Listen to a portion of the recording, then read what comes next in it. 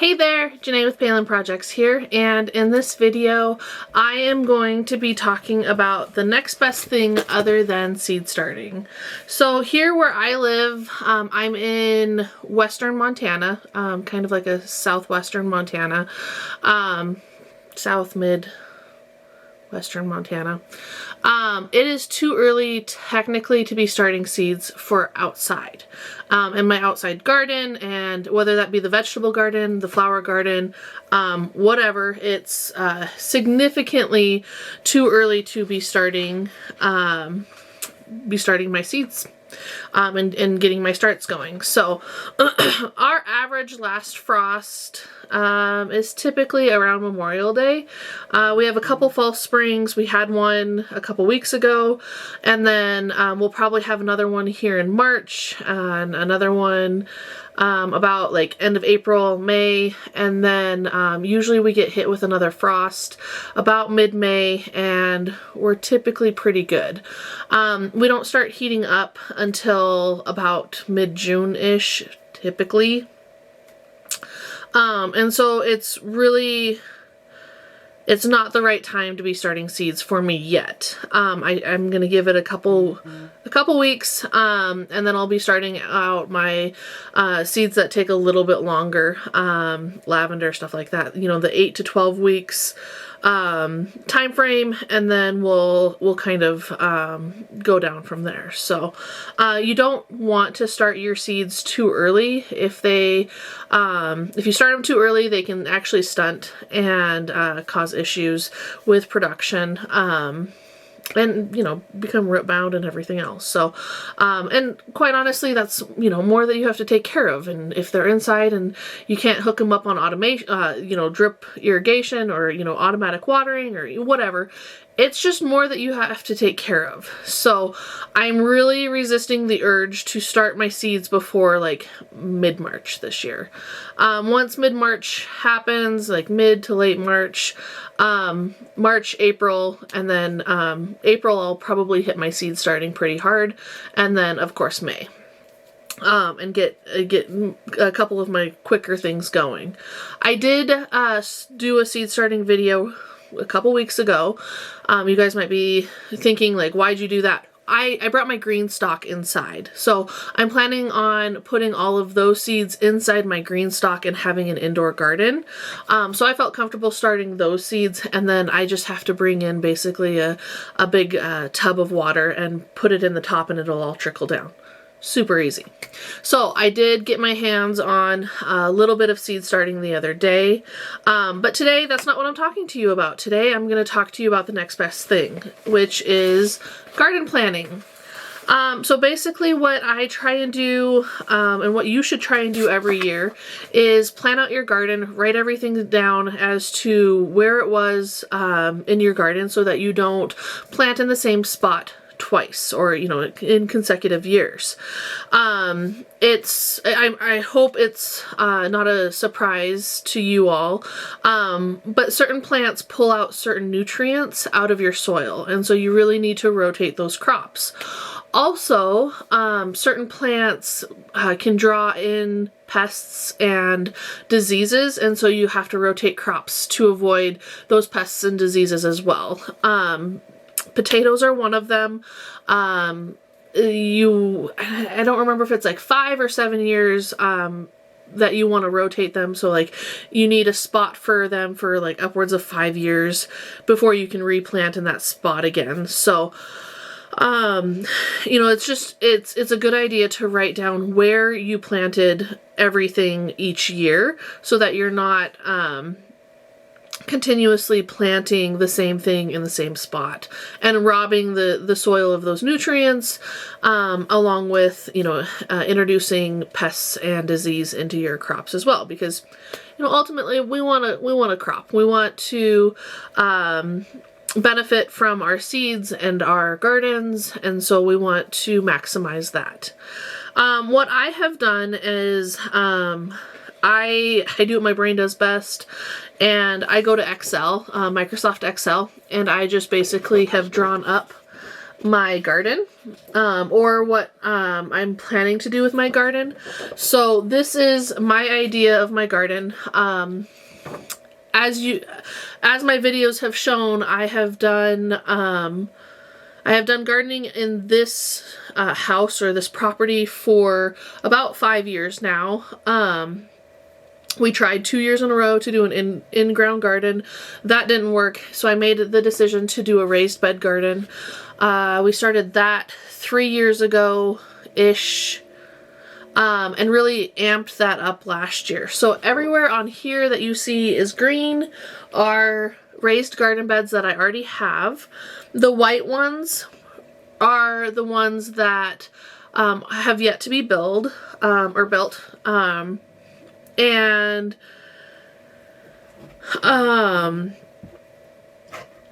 So we're going to try and get those done this spring so that I can really like amp up this garden and have it in full production basically. The top portion here I want to be a perennial garden. So I have my raspberries and then I want some blackberries. I have my rhubarbs that I transplanted last year with you and my horseradish, which I still need to harvest that. Hopefully it's still good through our negative 30-degree temperature that we had. And then I want a strawberry bed, and I believe they're honeyberries that I planted in here last year. So I want strawberries on the bottom and then having those honeyberries in there as well. I planted the asparagus with you all last year, so that's in this bed here. And then this bed isn't full of dirt, like we haven't filled it yet, but it is built. And then last year I did my peppers and tomatoes in these two beds, and then as the season went on we built these two beds, and I planted onions, shallots, leeks, and celery in this bed towards the end of the year. So that's kind of the current state of my garden. I did plant garlic in the fall in this bed right here. So I have that in black. That's planted because I had to do that in the fall. So that spot is taken and won't be available until about the 4th of July, is when I could probably plant something after I harvest that garlic. This is all subject to me getting my raised beds built as well. You know, there's a lot of work that needs to be done here. These are all 3x6s right here. This is a 3x12 L. So each leg up here is 12 feet. And then these four are 3x12s as well. I believe we have all the wood that we need in order to build all of these. It's just a matter of time and getting them built and then getting them filled. So also in the middle here is my my window greenhouse, which we still, that's not built yet either. So, but I do have a plan in here to get that hopefully started this year, which, crossing my fingers, I would love to have that, that space. So my, the plan for my window greenhouse is an 18 by 24 foot greenhouse. That will allow me to have some raised beds in here as well. And then have walk-through doors through the center of this as well. So that's my my garden plan. Again, like I said, I just basically used Excel and mapped out the dimensions, and then every year I can come in and either print it off or save it as an Excel workbook as to my plan and where I actually plant things, so that I can come back and look from year to year. The other thing that I do while I'm planning out my garden is making sure that I have enough seed, or that I have the seed that I want in order to be able to master this plan. So I know that I have my tomato seeds. I have plenty of those. I have plenty of pepper. I basically went through this whole list today, which is right here. I made a list of everything that I wanted to plant this year in my garden, and so like these aren't perennial. this is my perennial list that I need to get from a garden center. This is all either seeds or starts that I need to buy. And then down here is actually like a plan for spacing. So I did mention that these are 3-foot by 12-foot beds down here, and I kind of overplanted them last year, and you know, my tomato production was great, but I think it could have been better with a little bit of pruning and a little bit more spacing. So I went and researched about how much tomatoes needed to be spaced apart. It said 2 to 3 feet, which roughly provides me about 7 plants in my 12-foot long beds down here. Likewise, peppers need about 18 to 24 inches. So in my, again, 12-foot beds down here, I can fit roughly 10 plants, give or take, depending on if I want to give them less or more room. So that also helps me plan out what I need to start for seeds, so that I'm not starting, you know, 60 tomato plants and I only have room for 20 some, 21-ish. Don't get me wrong, I love sharing, and I've already asked people, you know, if they're doing a garden this year, and then, you know, me sharing my tomato starts out, or pepper starts or whatever. I absolutely love sharing, but at the same time, I don't want to be starting a whole bunch of seeds and taking up valuable space on my seed growing rack, for stuff that I don't need or that I can't utilize. I don't mind growing a small bit extra, but you know, 40 plants, 2/3 of what I actually need, or 2/3 more than what I actually need, is kind of a waste. And then, you know, everyone loves free plants, but at the same time, I don't know how I would give away 40 tomato plants. I mean, that's astronomical. And I know someone's going to say, well, you could sell them. Yeah, I probably could, but I have some pretty unique tomato varieties, and I don't know. I just, there's something in like deep in my soul that's like, give them away. And so, you know, that's a lot of material being, excuse me, being the potting soil, the cups, and the actual seeds, and growing the actual plant.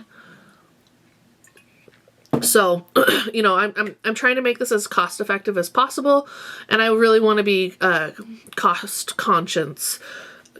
Yeah. Which again comes back to planning. So about 20-ish tomato plants is what I'm looking at doing this year.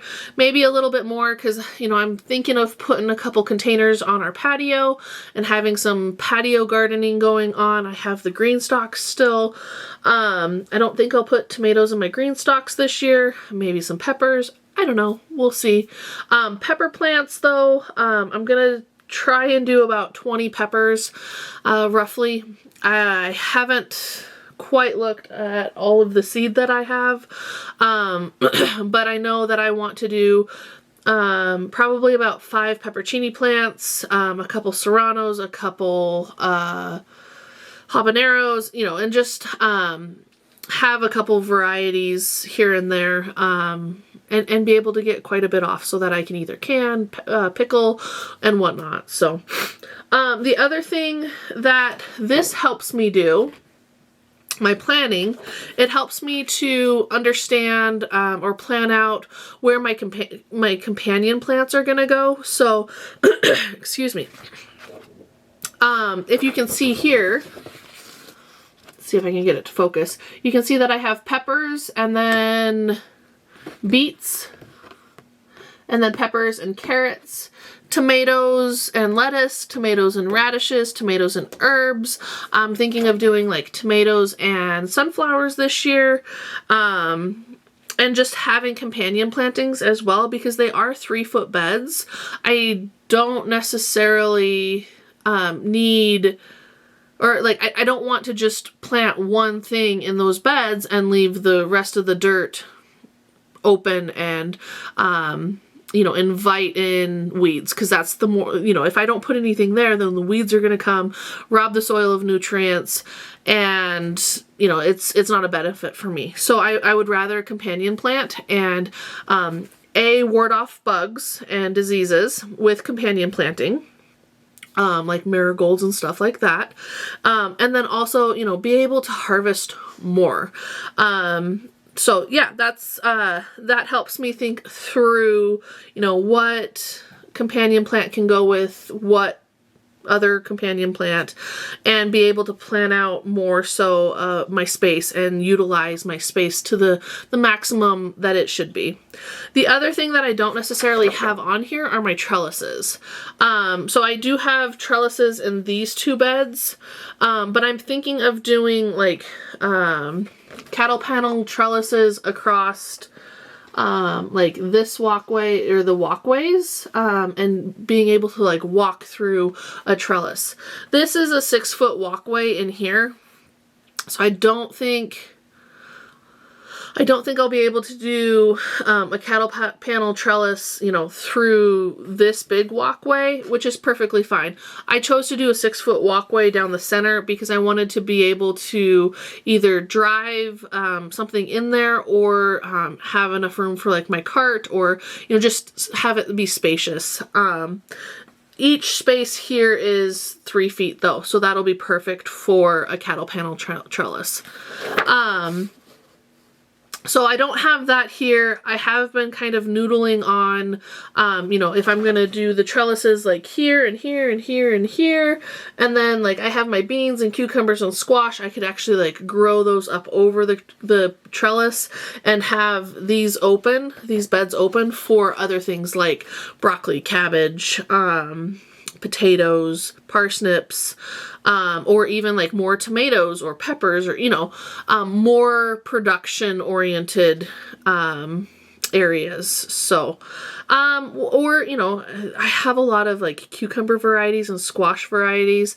You know, maybe I plant multiple varieties and have some on the ground and some going on the trellis. It's really the sky's the limit, is how I feel. So, looking forward to building those this year. I just have to kind of wrap my mind around it. And honestly, those are removable. I can take those down at any time and put them in various spots. So I'm not super worried about it. I wanted to get the main gist of my garden planned out so that I know exactly, like, if I don't get this bed built, that means I have to move that vegetable elsewhere. Or possibly not even have that vegetable. So it really motivates me to get my raised beds completely done this year, filled and ready to go, set up on drip, and, you know, be able to maximize the efficiency out of my garden. So, yeah, that's kind of the thought process that I did today. Went through it. The reason why I do it in Excel, again, is so that I can have a digital copy. I chose the layout that I did here because it works easily in Excel. They're very geometrical shapes. There's not a lot of like rounding or anything like that. Very square, symmetrical garden. It works just super well in Excel, and then I can save this from year to year to year, and be able to, you know, look back in 5 years as well and be like, wow, like I planted a lot, or, you know, that didn't do that great in that area. And so, you know, even at the end of the season, I can come back into my Excel sheet and be like, I planted this, this, this, and this did great here. This I should move elsewhere and not necessarily plant there again, or, you know, try and figure out what went wrong, or, you know, whatever that may be. It just gives a more like analytical view to your garden. And not that I want to be like super analytical in my garden. I am a very analytical person, but at the same time, my garden is a creative spot for me. I love being creative at the same time and having that freedom to do whatever I want with whatever I want.